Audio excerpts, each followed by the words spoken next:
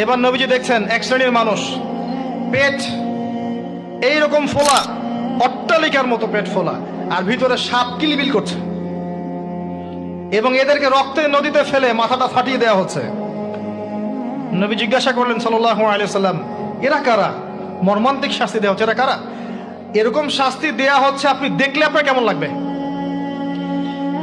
নবীজিকে বলা হচ্ছে সাল্লাল্লাহু আলাইহি ওয়াসাল্লাম, এরা আপনার উম্মতের এই সব ব্যক্তি যারা ছিল সুদখোর, রিবাখোর।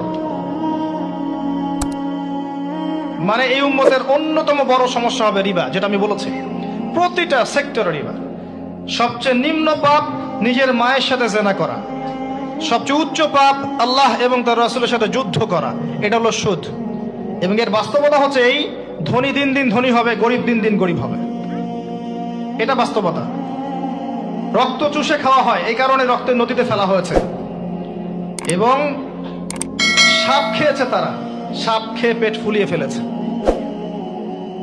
আমার মনে হয় না ব্যাখ্যা করার প্রয়োজন আছে। আর একটা হাদিস আগেই বলেছি, যে দেয়, যে নেয়, যে সাক্ষী থাকে, যে লিখে রাখে, সবাইকে সমানভাবে লানত করেছেন নবী সাল্লাল্লাহু আলাইহি ওয়াসাল্লাম। নবীর লানত নিয়ে হাউজে কাউসারের পানি কোশ্চিন কালো পাবেন না, কবরের উত্তর দিতে পারবেন না। এমনকি নবী সাল্লাল্লাহু আলাইহি ওয়াসাল্লামের সুপারিশ আপনার কপালে নাও জুটতে পারে।